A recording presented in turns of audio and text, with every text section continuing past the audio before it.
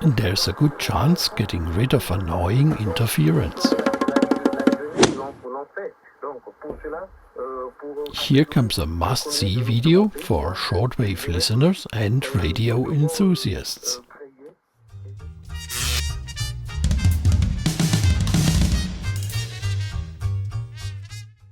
They are present on longwave and shortwave. Hearing the interference noise on your SDR or shortwave receiver is really disappointing. You think the frequency bands are not usable anymore. But the situation is not hopeless at all. I was completely underestimating the improvement you can achieve with simple measures. I really want to show you what I discovered in my experiments. We will get to that in a moment. This video is sponsored by PCBWay. Whether it's PCB antennas or printed circuit boards, the company offers excellent implementation options for us. Just take a look at their website.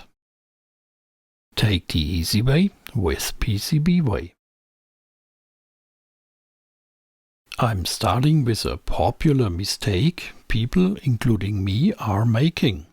Taking it from there, I'm showing measures to get rid of the interference. Actually, I thought a simple long wire antenna would be good for shortwave listening. The red crocodile clip is connecting a few meters of wire to my SDR receiver. But no matter how I'm routing the antenna, the interference peaks are always present. I don't believe that they are coupling through the solid metal casing of my receiver. And it actually doesn't in reality. My problem is a completely different one. Let's try to understand the real root cause in order to develop effective countermeasures. This is the whole arrangement of my SDR receiver, PC and power supply. The wire is connected to the inner conductor of the coaxial input. It's basically a monopole antenna, generating an input signal when RF currents are flowing through our 50 ohm input impedance.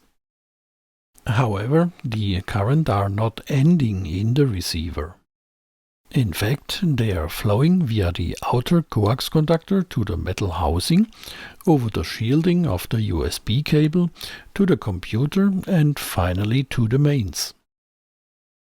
In other words, the whole device's chain is part of the antenna, forming something similar to a dipole. This is causing several problems. Harmonics of switching power supplies and digital clock signals are traveling over the connecting cables to the casing.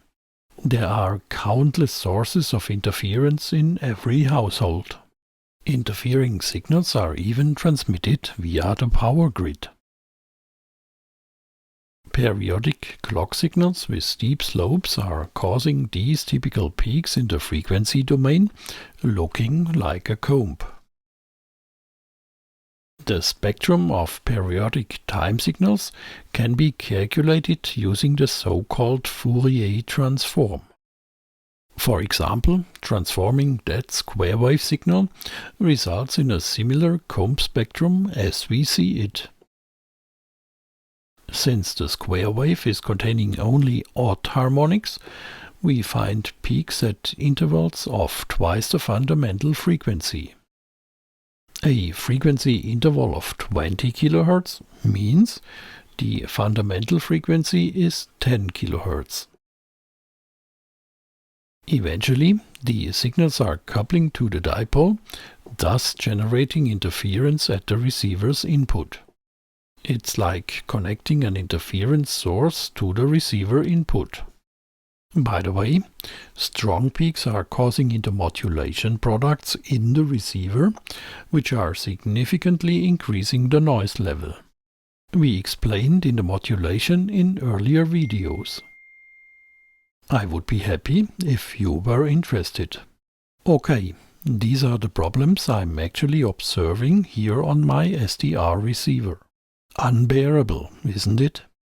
But how can you avoid them? Suppressing RF currents on device casings and cables seems promising to me. Let's try two measures. First, we are connecting a symmetrical counterpart for the monopole antenna. A wire of the same length connected to the outer coax conductor is already reducing interference significantly. Why? Because RF currents are now flowing to the black wire instead of the interfering devices. So, better use a dipole antenna to avoid radio interference coming from the mains or your own devices. Although this is already a major improvement, we are not yet completely satisfied with the solution. Small interference peaks are still present at certain frequencies. I think it's because the antenna isn't exactly symmetrical, causing that part of the RF currents are still flowing through the interfering devices. It needs a second measure to get this under control. We are using Ferrite beads, also called Ferrite blocks, which we can simply clip over the cables. One Ferrite block on the USB cable is already improving the results. Multiple blocks are further suppressing the interference. You can clip them over any cable, whether data or power cable.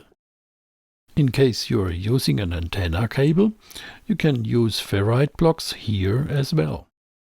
The currents in the cable are not affected because the magnetic fields in forward and return directions are practically cancelling each other out.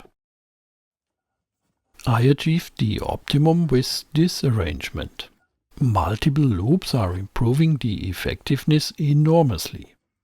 And they are creating an additional inductance that is effective at higher frequencies where ferrite is reaching its limits.